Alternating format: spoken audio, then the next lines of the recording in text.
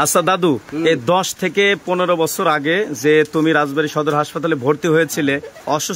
অসুস্থ ছিলে, তো সেই কাহিনীটা আমাদের কাছে একটু বলো তো। আমার দাদিরা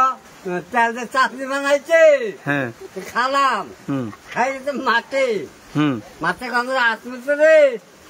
আমার আগা হয় না, হাতে তো লবণ খা, মানে এই যে বললো কিরা হাতে যে লবণ হাসমতে, হ্যাঁ হ্যাঁ, তা লবণ খা, লবণকে হাগে আমার আঘাত তো আসে না, তো বাড়ির 500 টাকা শুরু হয়ে গেছে, তা নিয়ে হাসপাতালে নিয়ে গেলে ডাক্তার আসে 10টা 12টা ধীরে ধীরে, মানে ওই লবণ খাওয়ার পরে কি হইলো সেটা একটু আস্তে আস্তে ভালো করে বলা লাগবে। গ্যাস পাম্প করলো, হ্যাঁ হ্যাঁ, গ্যাস পাম্প করার পর নিয়ে গেছে হাসপাতালে, হ্যাঁ হ্যাঁ, হাসপাতালে নিয়ে যে ডাক্তার 5-6টা, ডাক্তার 5-6 যাইছে, সর্বনাশের বলকা। হ্যাঁ, তারপরে আছে ডাক্তার ইঞ্জেকশন করে জানাই, হ্যাঁ হ্যাঁ, জানা মারতে বই মারো, ও মানে ডাক্তার এসে ইঞ্জেকশন করে এলো জানাই, তুমি বলতেছো কি যে আমার বুকে মারো, বুকে ব্যথা, ওরে সর্বনাশ। দর্শক মণ্ডলী, আপনারা বিষয়টা ভালো করে শুনবেন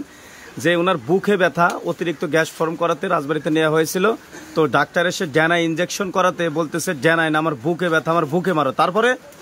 তুমি আমি তোমাকে, ও বাবা বুকে মারো ডাক্তারে বলছিলেন, তারপরে আমার সিস্টেম সব বাতাস করে,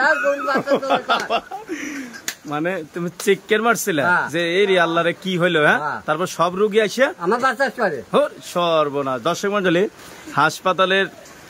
সব রোগী এসে কুমারেশদার বাতাস করেছিল, সেই করুণ একটি কাহিনী আপনারা শুনতে পাচ্ছেন আমাদের কুমারেশ দাদার কাছে। হ্যাঁ, তারপরে দাদা, তারপরে আমি সুস্থ না, তারপরে আবার আঘাত হবে, হ্যাঁ যাইতে পারলাম, তাই কোন জায়গা? হাসপাতালে, সর্বনাশ। তারপর অন্য দুটি কাজে না রে বাপ পালন না, কারণ আগে কা আমরা শুনবো একবার খাইবান খোকা, এদিক টাকা, হ্যাঁ তোরা অসুখ চাইতে যাবি, তাই বলছে কি অসুখ সারে যাবে, কি বলছে বুঝে নাই, আমার পেটে পাম্প করছে, হ্যাঁ পাম্প করার পর রাখিয়ে বলছি, হ্যাঁ হ্যাঁ, ডাক্তার এই যে মাকে এই যে মাকে তো বাবার জায়গায় কি আমি ডাক্তার বলতেছে